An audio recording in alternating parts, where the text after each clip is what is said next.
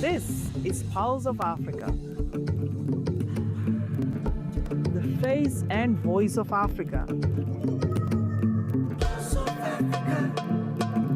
The story of resurgent and burgeoning Africa is here, only on the Pulse of Africa channel.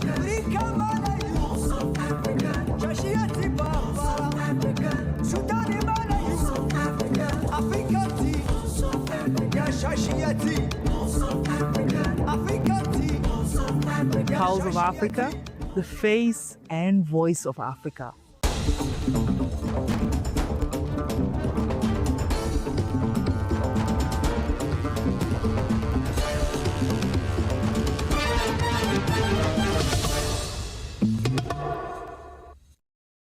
Hello and greetings. I'm Samia Mohammed and you're watching Pulse of Africa News.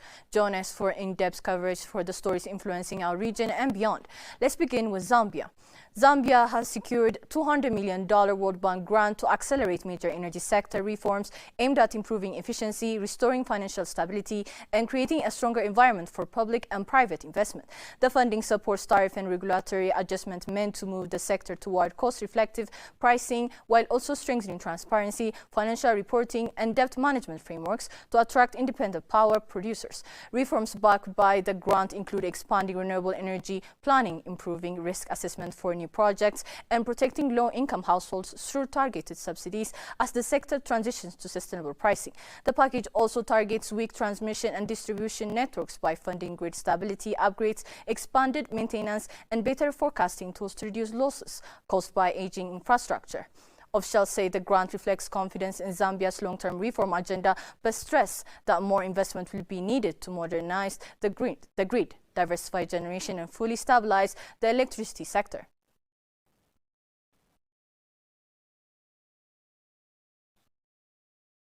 Côte d'Ivoire's Minister of Economy, Niale Kaba, described African women entrepreneurs as untapped gold mines at the 2025 Africa Investment Forum, urging the use of blending finance and political support to overcome barriers and drive inclusive economic growth. Despite having the world's highest rate of female entrepreneurship, African women face a nearly $50 billion financial gap. Kaba highlighted that women-led businesses maintain lower loan default rates than the market average, showing strong profitability despite limited access to capital. African Development Bank leaders emphasized the need for innovative financial incentives beyond traditional guarantees. Affirmative finance, Action for Women in Africa programs in Tunisia and South Africa have demonstrated high leverage, turning modest donor funds into substantial financing for women entrepreneurs. Digital technology was identified as a key enabler, allowing women entrepreneurs to access finance without traditional bank infrastructure, while the continent's female entrepreneur population is projected to rise further, representing a massive untapped investment asset.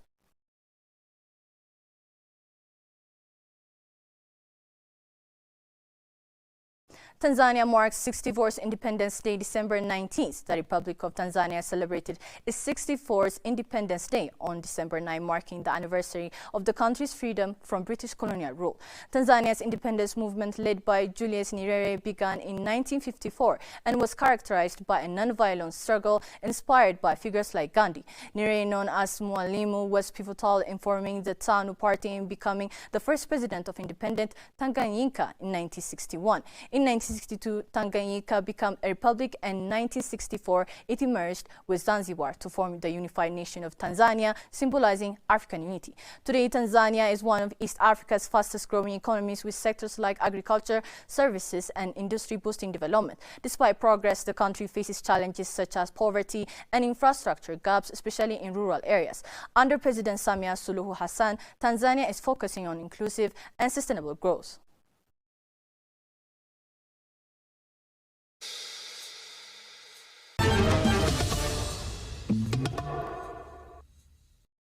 An Egyptian official's recent hardline rhetoric on the Nile water rights reflects an outdated colonial-era mindset, failing to align with modern realities of national interest, according to a prominent Ethiopian government official. Pulse of Africa reporter Tinsai Gabeyo sits down with Bikila Horisa, a prominent political figure and governance expert in Ethiopia, to discuss rising tensions after Egypt's Foreign Affairs Minister Badr Abdullah's recent BBC comments on the 13th-year Grand Ethiopian Renaissance Dam negotiations. Bikila currently currently serves as the Minister Coordinator of the Center for Democratic System Building at the office to the Ethiopian Prime Minister, and he is also head of public and international relations of Prosperity Party. In the interview, Abdullati accused Ethiopia of using negotiations to advance unilateral policies.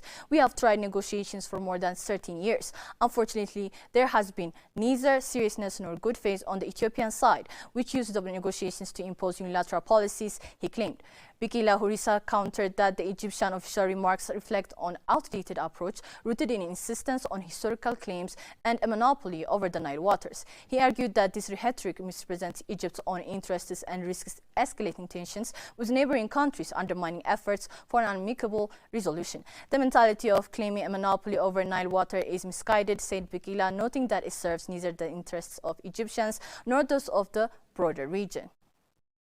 I think the Egyptians official, in terms of uttering these very hard words, simply indicates the failure to understand the current reality in the world in terms of how national interests are promoted. So I strongly believe that they are unable to properly articulate their own interests and also promoting their own interests, because the colonial era narratives are no more working, and that's over, and it will never come back. So the mentality of monopoly over Nile waters is a wrong narrative, which I believe is against the national interest of the Egyptians themselves.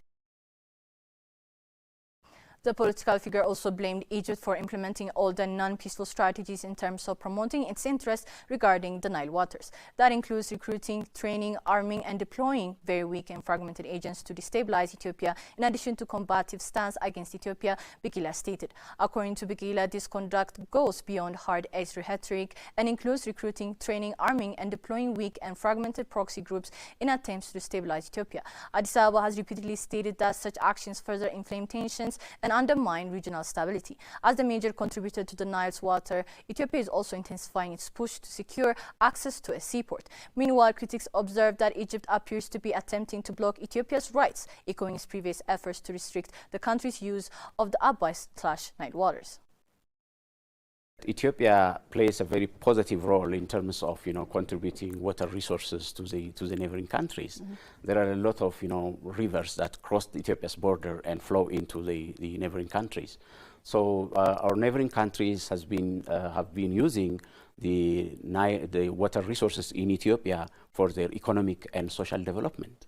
There are a lot of neighboring countries that have effectively utilized the water resources from Ethiopia for agriculture, for irrigation, and for other social development and infrastructure development purposes. While contributing significantly to the water resources in East Africa, Ethiopia has been pushed away from international water resources, including the access to the sea.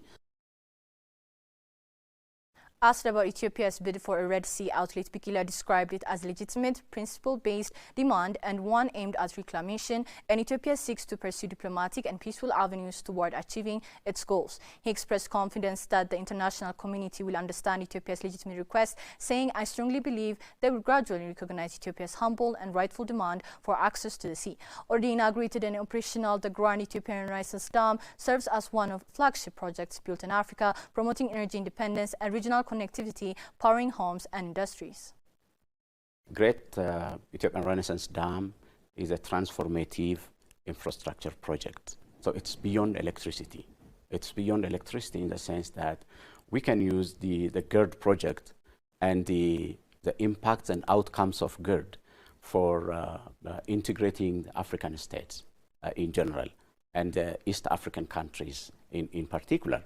I strongly believe that the GERD can be used as an instrument for economic interdependence among African countries because GERD is beyond electricity. It is about infrastructure. It is about trade relationships, business integration. It's about infrastructure interconnectivity.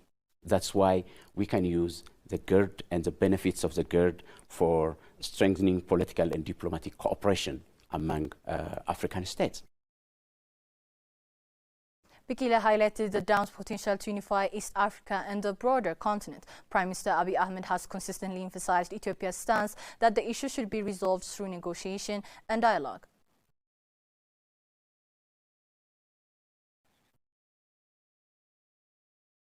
The African Development Bank has approved a loan to Hyphen Hydrogen Energy to support a massive green ammonia project that could establish Namibia as a leader in the global green hydrogen industry.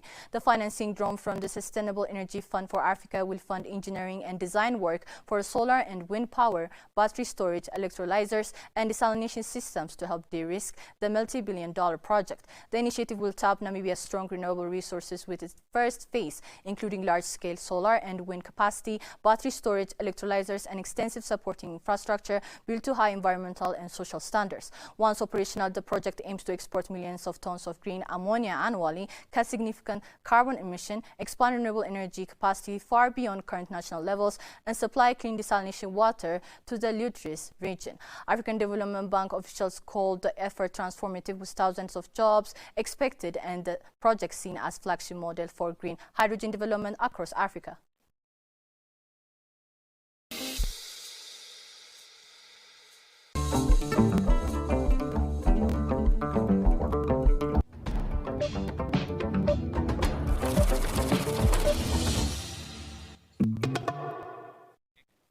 Next to business news. African tech startups have seen a strong recovery in 2025, with total funding rising 33% year-on-year, bouncing back from significant declines in 2023 and 2024. Equity funding surpassed 2023 levels, and total funding for the year is set to exceed $3 billion, signaling renewed investor confidence across the continent's tech ecosystem. Startup exit activity also increased, highlighted by acquisitions like WalletDoc's $23 million deal and the first two IPOs in over 6 years, showing a growing appetite for African tech ventures. November 2025 alone saw $162 million raised across 32 startups, with most of the funding in equity, demonstrating continued momentum despite not being a record month. Notable IPOs included South Africa's fintech Optasia and Moroccan fintech CashPlus, collectively raising over $400 million and marking a turning point for African startup as 2025 emerges as a year of renewed growth and optimism.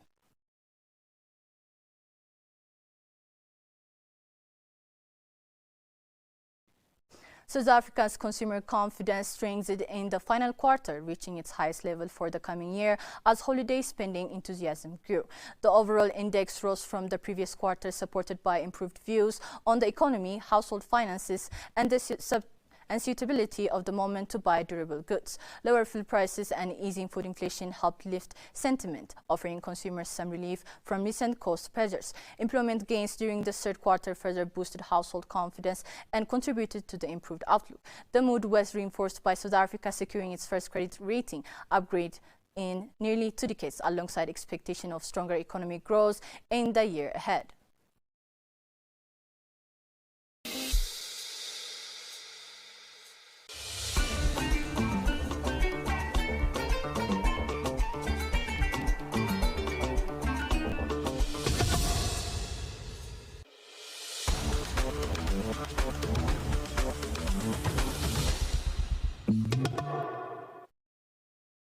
Next to sport news. The WAFU B qualifiers for the CAF African School Football Championship concluded over the weekend in Ouagadougou, Burkina Faso, celebrating youth football talent and development initiatives. In the boys division, Benin emerged victorious, defeating Niger 5-4 on penalties after a 1-on-1 draw in the final. Côte d'Ivoire claimed third place following a 7-6 penalty win over hostess Burkina Faso. The girls division title went to Burkina Faso, who edged Ghana 1-0 in a closely contested final, while Benin secured third place with a 5-4 penalty shootout victory over Côte d'Ivoire after 1-1 stalemate. Beyond the matches, the tournament featured CAF capacity building programs offering young players, coaches, and educators training in areas such as refereeing, medical support, digital analytics, and community coaching. With 3 of the 6 zonal qualifiers completed, Sikafa are set to crown their champions in the coming days, completing the lineup for the continental finals.